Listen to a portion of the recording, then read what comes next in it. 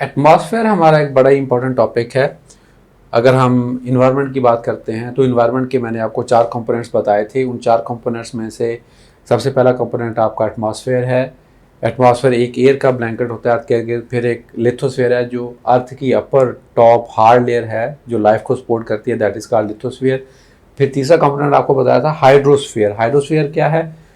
Water का sphere है, जहाँ जहाँ पे भी वाटर अवेलेबल है, दैट इज कॉल्ड हाइड्रोस्फीयर। और उस पर हमने वाटर साइकिल पढ़ा। फिर उसके बाद आपका आ जाता है the last one is the biosphere. ये जो अभी हमारा लेक्चर है this is about mainly atmosphere. Air जो है वो आपकी डिफरेंट गैसेस का एक मिक्सचर है। अगर हम एयर की बात करते हैं तो एयर के अंदर डिफरेंट काइंड ऑफ गैसेस मौजूद हैं। उन गैसेस को हम नॉर्मली कांस्टेंट और वेरिएबल गैसेस के अंदर डिवाइड कर देते हैं या क्लासीफाई कर देते हैं। अब वो कांस्टेंट और वेरिएबल गैसेस से मुराद क्या है? कुछ गैसेस हैं जिनकी जो कंपोजिशन है वो बिल्कुल चेंज नहीं होती, लाइक जिस तरह नाइट्रोजन है, ऑक्सीजन है एंड सिमिलरली आर्गन है। ये जो गैसेस हैं इनकी कंपोजिशन चेंज नहीं होती, कांस्टेंट रहती है ऑलमोस्ट। ओवर जैसे आप एटमॉस्फेयर के अंदर ऊपर या नीचे मूव करते हैं। लेकिन अदरवाइज अगर आप देखें जो कार्बन डाइऑक्साइड है उसकी कंपोजिशन डिफरेंट स्पेसेस पे अर्थ के ऊपर डिफरेंट होगी। सिमिलरली वाटर वेपर्स की अगर बात करते हैं H2O से मुराद यहाँ पे वाटर वेपर्स है, तो इसकी कंसंट्रेशन भी चेंज होती रहती है। वह ये जो एयर है, एयर को जो अर्थ का ग्रेविटेशन पुल है वो अपनी तरफ खींचता है, तो जिसकी वजह से एयर एक ब्लैंकेट बनाए हुए है अर्थ के इर्द गिर्द। अब ये जो ब्लैंकेट है इस ब्लैंकेट में जो एयर की मैक्सिमम कंसंट्रेशन है वो लोअर एटमॉस्फेयर के अंदर है। इसलिए एक बात याद रखें कि जो लोअर एटमॉस्फेयर है उसको होमोस्फीयर भी बोलते हैं। ये जो क्लासिफिकेशन है ये on the basis of air quantity या एयर कंसंट्रेशन है। और जो अपर एटमॉस्फेयर है उसमें क्योंकि डिफरेंट गैसेस आयंस वगैरह मौजूद होते हैं इसलिए उसको हेट्रोस्फीयर बोल देते हैं। अच्छा, जो पेपर के अंदर आपको मेनली एग्जामिनर क्वेश्चन पूछता है, जो ज़्यादातर जो क्लासिफिकेशन फॉलो होती है वो आपकी है कि हम अर्थ को 5 डिफरेंट लेयर्स के अंदर क्लासीफाई करते हैं, जिसमें सबसे पहली लेयर जिसको हम ट्रोपोस्फीयर बोलते हैं, second layer stratosphere, third meso, fourth thermo and fifth is exosphere. देखिए अब जो एटमॉस्फेयर है इसी एटमॉस्फेयर को आप वेरियस काइंड ऑफ लेयर्स के अंदर डिवाइड कर सकते हैं डिपेंडिंग अपॉन द क्राइटेरिया। तो आपको सबसे पहले पता होना चाहिए क्राइटेरिया क्या है। ये जो हमने लेयर्स की डिस्ट्रीब्यूशन की है क्या क्राइटेरिया है वो, ऑन व्हाट बेसिस, किस बेसिस पे, किस बुनियाद पे हम इसको डिफरेंट लेयर्स के अंदर डिवाइड कर रहे हैं। तो ये बात याद रखें, ये जो क्लासिफिकेशन हो रही है this is on the basis of temperature difference. जैसे जैसे हम अर्थ की सरफेस से अबव जाते हैं तो टेम्परेचर जो है वो आपको पता है कम होता है, लेकिन ये जो पैटर्न है वो कंटिन्यूस नहीं रहता, बल्कि इन लेयर्स के अंदर कहीं पे टेम्परेचर कम हो रहा है, कहीं पे ज़्यादा हो रहा है। तो उसकी बेसिस पे हमने एटमॉस्फेयर को डिफरेंट लेयर्स के अंदर डिवाइड कर दिया। अब आ जाए सबसे पहली जो लेयर है आपकी, that is called troposphere. Troposphere की जो लेंथ है वो अराउंड 12 किलोमीटर तक ये एक्सटेंड होती है। अच्छा, ये एवरेज लेंथ है, ये 12 से थोड़ी ज़्यादा भी हो सकती है और थोड़ी कम भी हो सकती है। एवरेज 12 किलोमीटर तक इसकी लेंथ है। ये वो वाली लेयर है जिसके अंदर तमाम वेदर फॉर्मेशन होती है, क्लाउड फॉर्मेशन होती है, जो आपका मौसम बनता है वो सारा इसी लेयर के अंदर आपका हो रहा होता है। और जो मैक्सिमम एयर की क्वांटिटी है वो भी इसी लेयर के अंदर मौजूद होती है। फिर यहाँ पे बात का क्वेश्चन आपके आ जाते हैं कि जो कमर्शियल एयरप्लेन जो हैं ऑब्जेक्टिव में बात का जिस तरह पूछ लेते हैं कि वो किस लेयर के अंदर फार्म हो रहे होते हैं, वो भी इसी लेयर के अंदर फार्म हो रहे होते हैं। हमारा जो वो भी इसी लेयर के अंदर फ्लाई कर रहे होते हैं। हमारा जो मेन पॉइंट था वो था कि इसमें टेम्परेचर कम हो रहा है। तो टेम्परेचर इसमें एक सिंपल सा, जिस तरह जितने भी सी लेवल से हायर एरियाज़ हैं, लाइक अगर आप बात करते हैं कोयटा की पाकिस्तान के अंदर, आप बात करते हैं गिलगित बल्तिस्तान की, आप डीजी खां में बात करते हैं फोर्ट मंडरो की, सिंध में बात करते हैं गोरख हिल्स की, तो ये तमाम जो एरियाज़ हैं वो सी लेवल से हाइट पे हैं। तो जैसे ही हम सी लेवल से हाइट पे जाते हैं तो टेम्परेचर क्या होता जाता है, कम होता जाता है। तो ट्रोपोस्फीयर में क्या होता है कि मिनिमम टेम्परेचर जो है वो -53 डिग्री सेंटीग्रेड तक पहुंच जाता है। फिर जहाँ पे ट्रोपोस्फीयर एंड होती है तो एक दरमियान में आपका एरिया कहलाता है दैट इज कॉल्ड ट्रोपोपाज। ये ट्रांजिस्टरी जोन है। ये जैसे करें ये जो लाइन है इसी को हम ट्रोपोपाज कह देते हैं। ये ट्रांजिटरी जोन है जहाँ पे आप डिफ्रेंशिएट नहीं कर पाते कि ये ट्रोपोस्फियर है या स्ट्रेटोस्फियर है। फिर उसके बाद हम स्ट्रेटोस्फियर में आ जाते हैं। स्ट्रेटोस्फियर में टेम्परेचर फिर इंक्रीज होना शुरू हो जाता है, दो it still remain in minus, लेकिन आहिस्ता आहिस्ता टेम्परेचर बढ़ना शुरू हो जाता है कि ये -3 डिग्री सेंटीग्रेड तक टेम्परेचर पहुंच जाता है इसके अंदर, -3 डिग्री सेंटीग्रेड।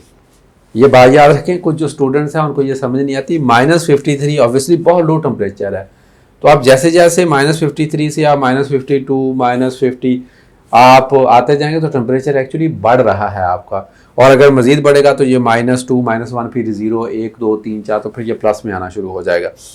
स्ट्रेटोस्फियर के अंदर जो सबसे इंपॉर्टेंट फीचर है कि स्ट्रेटोस्फियर के अंदर टेम्परेचर बढ़ना क्यों शुरू हो गया।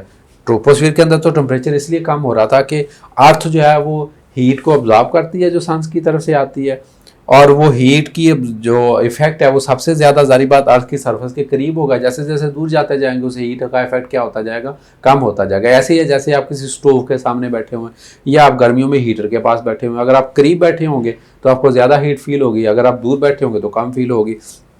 लेकिन स्ट्रेटोस्फीयर में फिर एक दफ़ा से टेम्परेचर जो है वो बढ़ना क्यों शुरू हो जाता है, उसकी एक रीज़न है कि जो स्ट्रेटोस्फीयर है उसके अंदर एक लेयर पाई जाती है दैट इज़ कॉल्ड ओजोन। ये कोई 30 to 40 किलोमीटर आप कह लें हाइट पे, अगर सरफेस से हम बात करें वहाँ पे ये मौजूद होती है। अराउंड मैक्सिमम 10 किलोमीटर इसकी थिकनेस है। ओजोन लेयर के मुतल्लिक आप वैसे सुन चुके होंगे कि ओजोन लेयर का काम क्या है कि जो सन से अल्ट्रावायलेट रेडिएशन आती हैं, ये बड़ी ही शॉर्ट किस्म की रेडिएशन होती हैं। अल्ट्रावायलेट रेज बड़ी ही शॉर्ट रेडिएशन होती हैं। ये क्या करती है, उन अल्ट्रावायलेट रेडिएशन को ओजोन फिल्टर करती है, अब्जॉर्ब करती है, और जो उसका मेजर पोर्शन है उसको ये अपने अंदर अब्जॉर्ब कर लेती है, और few of the ultraviolet rays जो हैं वो उसमें से स्किप करके अर्थ पे आ जाती हैं, लेकिन मेजर जो है वो वहाँ पे अब्जॉर्ब हो जाती हैं। अब अल्ट्रावायलेट रेज जो हैं they are very short wavelength and they have very high amount of energy. जब जारी बात है वो उसको ऑब्जॉर्व करती है तो इस एरिया का जो टेम्परेचर है वो इंक्रीज हो जाता है, इसलिए ये -3 डिग्री सेंटीग्रेड तक चला जाता है। दूसरा जो पॉइंट था कि अगर आपकी ट्रोपोस्फीयर 12 किलोमीटर है तो स्ट्रेटोस्फीयर जो है वो 50 to 60 किलोमीटर तक इसकी हाइट होती है। Then comes the mesosphere layer. अब आप देख रहे थे, एक पैटर्न देख रहे थे, जैसे जैसे हम अर्थ से ऊपर जा रहे थे टेम्परेचर क्या हो रहा था, हाइट पे जा रहे थे टेम्परेचर कम हो रहा था, लेकिन दरमियान में क्योंकि ओजोन आ गई तो टेम्परेचर बढ़ना शुरू हो गया। अब मेसोस्फीयर में जाएंगे तो टेम्परेचर फिर कम होना शुरू हो जाएगा क्योंकि वही पुराना पैटर्न जो है वो रिस्टोर हो गया। इतने से एरिया के अंदर दरमियान में टेम्परेचर बढ़ना शुरू हुआ just due to ozone. Meso में फिर टेम्परेचर कम होना शुरू हो जाएगा। तो मेसोस्फीयर में क्या होता है कि टेम्परेचर जो है वो आपका -93 डिग्री सेंटीग्रेड तक चला जाता है, and that is called the coldest layer of the atmosphere. इसको कोल्डेस्ट लेयर भी बोलते हैं। यहाँ पे टेम्परेचर कम होने की reason simply it is farthest from the earth, और एयर का ब्लैंकेट भी यहाँ पे मौजूद है, सन रेज भी डायरेक्टली ऑब्वियसली इस एरिया के अंदर नहीं पड़ रही, तो टेम्परेचर बहुत ज़्यादा यहाँ पे कम हो जाता है। फिर हम अगली लेयर के अंदर जाते हैं।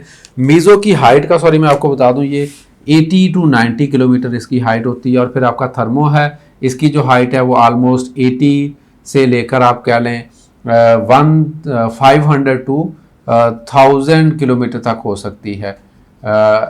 इट वेरीज, ठीक है। सम बुक्स से अराउंड 600 किलोमीटर, बट यह है कि ये इतनी रेंज तक इसका जो हो सकता है। थर्मो जैसा कि नाम से ज़ाहिर है आपको, इसके अंदर टेम्परेचर जो है वो बहुत ज़्यादा शूट कर जाता है, and it can goes up to even 2000 degree centigrade. 2000 या इससे भी ज़्यादा टेम्परेचर हो सकता है। 1500 से 2000 एक नॉर्मल टेम्परेचर है इस रीजन का, क्योंकि यहाँ पे टेम्परेचर बहुत ज़्यादा बढ़ जाता है थर्मोस्फेयर का। Therefore this layer is called thermosphere. Thermo mean heat. अब यहाँ पे आपके जहन में क्वेश्चन आएगा कि अर्थ से हम जैसे जैसे ऊपर जा रहे थे तो टेम्परेचर कम हो रहा था, तो अचानक 2000 डिग्री सेंटीग्रेड टेम्परेचर हो जाता है थर्मो के अंदर, तो यहाँ पे टेम्परेचर क्यों बढ़ रहा है। अब यह है कि ये बात याद रखें कि जो लोअर एटमॉस्फेयर था उसके अंदर जो आपकी एयर थी that was working as a shield. वो जो सन से डिफरेंट किस्म की रेज आती हैं, सन से शॉर्ट वेव रेडिएशन भी आ रही होती हैं, एक्स रेज भी, गामा रेज भी, फिर उसके बाद लॉन्ग वेव रेडिएशन भी आ रही होती है। लॉन्ग वेव के अंदर तो इतनी एनर्जी नहीं होती, लेकिन शॉर्ट वेव के अंदर बहुत ज़्यादा एनर्जी होती है। जो लोअर एटमॉस्फेयर है वहाँ पे तो जो एयर का ब्लैंकेट है उन शॉर्ट वेव रेडिएशंस को वो फिल्टर कर लेता है समहाउ, तो और वो डायरेक्टली इफेक्ट नहीं कर रही होती हैं उस एटमॉस्फेयर को। यहाँ पे क्या होता है कि यहाँ पे क्योंकि एयर मॉलिक्यूल बिल्कुल भी मौजूद नहीं होते, तो और रिफ्लेक्शन भी नहीं हो पाती। जो लोअर एटमॉस्फेयर है उसमें क्या होता है कि एयर की जो जो लाइट है उसकी रिफ्लेक्शन भी हो जाती है, बहुत ज़्यादा हद तक तो लाइट रिफ्लेक्ट हो जाती है।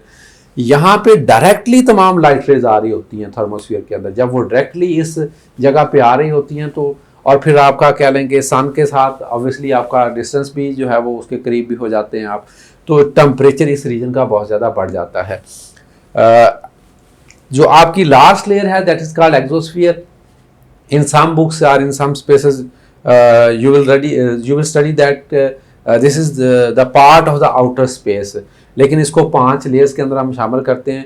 ये जो एक्सोस्फीयर है ये आपका जो एटमॉस्फेयर है उसको आपके आउटर स्फीयर के साथ या स्पेस के साथ क्या करती है, मर्ज करती है। इसमें नेग्लिजिबल अमाउंट में थोड़े बहुत जो एयर पार्टिकल्स मौजूद होते हैं। एक्चुअली ये कह लें कि आपका एक पॉइंट एज या द लास्ट एज जहाँ पे आपका जो एटमॉस्फेयर है उस स्पेस के साथ क्या कर जाता है, मर्ज कर जाता है। इसकी कोई हम हाइट और नहीं बता सकते कि इसकी हाइट क्या है, क्योंकि from here the space starts, तो आपका जो है वो स्पेस स्टार्ट हो जाती है जहाँ पे आप कह लें कि बिल्कुल फिर आगे फर्दर कोई भी एयर या एयर के पार्टिकल मौजूद नहीं होते।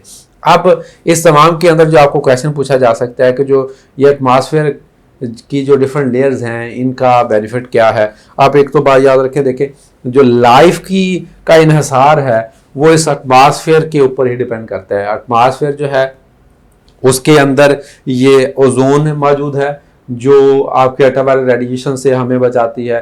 एटमॉस्फेयर की वजह से ग्रीन हाउस इफेक्ट होता है जिसकी वजह से आपकी अर्थ का जो टेम्परेचर है वो एक एवरेज 15 डिग्री सेंटीग्रेड के करीब रहता है, जिसकी वजह से लाइफ एग्जिस्ट कर सकती है। अगर ग्रीन हाउस इफेक्ट ना हो तो आपकी अर्थ पे लाइफ एग्जिस्ट नहीं कर सकती, क्योंकि टेम्परेचर बहुत कम हो जाएगा, बहुत कोल्ड हो जाएगा। ठीक है, उसके बाद डिफरेंट फिनोमिनाज होते हैं, लाइक जो रेडियो कम्युनिकेशन होती है वो आपका जो थर्मोस्फियर है इसके अंदर आयंस मौजूद होते हैं। एयर आयंस के अंदर चेंज हो चुकी होती है। जब एयर आयन के अंदर चेंज हो जाती है तो देन इट कम्स आइनोस्फीयर, उसको हम बोल देते हैं उस खास स्फीयर को, जिसकी वजह से वहाँ पे आपका क्या होता है कि रेडियो कम्युनिकेशन हो रही होती है, रेडियो सिग्नल जो है वो आपके ट्रैवल कर रहे होते हैं। तो ये एक इसकी इम्पोर्टेंस की मैं आपको बता रहा था, जो आपका ओवरऑल एटमॉस्फेयर की इम्पोर्टेंस है। इस पे अगर एग्जामिनर आपसे कोई 1-2 नंबर का कोई क्वेश्चन पूछ लेता है तो आपको उसमें बताना है कि लाइफ का ओवरऑल जो इन्हिसार है वो एटमॉस्फेयर के ऊपर है। अगर एटमॉस्फेयर नहीं होगा तो अर्थ के ऊपर लाइफ आपके एग्जिस्ट नहीं कर सकती। एक छोटा सा मैं पॉइंट बता दूं, जब स्टूडेंट्स पढ़ रहे होते हैं तो अक्सर बुक्स के अंदर एक लेयर लिखी होती है दैट इज़ कॉल्ड आइनोस्फीयर। अब वो जो आइनोस्फीयर है वो कुछ बुक्स वालों ने क्या किया होता है, they write it in the mesosphere in between के जी स्ट्रेटोस्फीयर के बाद आइनोस्फीयर हो गया, and some right after mesosphere there is ionosphere and then thermosphere. तो बच्चे कंफ्यूज हो जाते हैं कि यार जो अर्थ की लेयर्स कितनी हैं। जब वो बुक्स में वैसे पढ़ते हैं तो कहते हैं जी 5 लेयर्स हैं, ट्रोपो, स्ट्रेटो, मीजो, थर्मो, एक्सो, फिर ये अगर आइनों को शामिल कर दें तो ये 6 हो गया। एक बात याद रखें कि अगर आप टेम्परेचर बेसिस पे एटमॉस्फेयर को क्लासीफाई करेंगे तो यही 5 लेयर्स हैं, tropo, strato, meso, thermo and exo. अगर आप, जैसा मैंने आपको बोला कि इसी एटमॉस्फेयर को you can classified into homo and heterosphere, homo and heterosphere, and similarly the same atmosphere can be classified into ino and neutral sphere, neutral sphere। अच्छा, अब ये किसे क्या मुराद है, सेम एटमॉस्फेयर जो है वो आपका क्लासीफाई किया जा सकता है आइनोस्फीयर के अंदर और न्यूट्रल स्फीयर के अंदर। होता क्या है कि जो आपका अराउंड 60 किलोमीटर तक जो लोअर एटमॉस्फेयर है अप टू 60 किलोमीटर, यहाँ पे किसी भी किस्म के आयंस मौजूद नहीं होते। तो ये जो निचले वाला स्फीयर है that is called neutral sphere, इसको हम न्यूट्रल स्फीयर कह देते हैं। और जो आपका 60 से अबव है अप टू एक्सो, जहाँ पे आपके डिफरेंट किस्म के आयंस मौजूद होते हैं, तो that sphere is called ionosphere, उसको हम आइनोस्फीयर बोलते हैं। और वो आपका कम्युनिकेशन, रेडियो कम्युनिकेशन में हेल्प करता है। जो रेडियो सिग्नल्स आपके ट्रांसमिट होते हैं, Arora, different colours of beautiful lights जो हैं, ये ऑस्ट्रेलिया और अलास्का कनाडा के अंदर ये ट्वाइलाइट टाइम पे आप कह लें शाम को या रात को ये बड़ी खूबसूरत रोशनियाँ जो हैं वो जन्म लेती हैं आसमान पे। वो अरोरा जो है वो भी आइनोस्फीयर के अंदर बनता है। तो ये कहीं आपसे ऑब्जेक्टिव में पूछा जा सकता है या वैसे 2 नंबर का पूछा जा सकता है। तो ये इलेक्ट्रिकल प्रॉपर्टीज़ की बेसिस पे एटमॉस्फेयर को या आयनिक प्रॉपर्टीज़ की बेसिस पे एटमॉस्फेयर को 2 लेयर्स में डिवाइड किया जा सकता है। इसका इससे कोई ताल्लुक नहीं है, अपनी बात याद रखना कि एक डिफरेंट क्राइटेरिया पे सेम एटमॉस्फेयर को हमने 2 लेयर्स के अंदर डिवाइड कर दिया। Lower layer is called neutrosphere and the upper layer is called ionosphere. तो इस लेक्चर में इतना ही। आप इसका जो क्विज वगैरह है, जो असाइनमेंट वगैरह हैं, उसको आप सॉल्व करें। मिलते हैं नेक्स्ट टॉपिक के साथ। Thank you.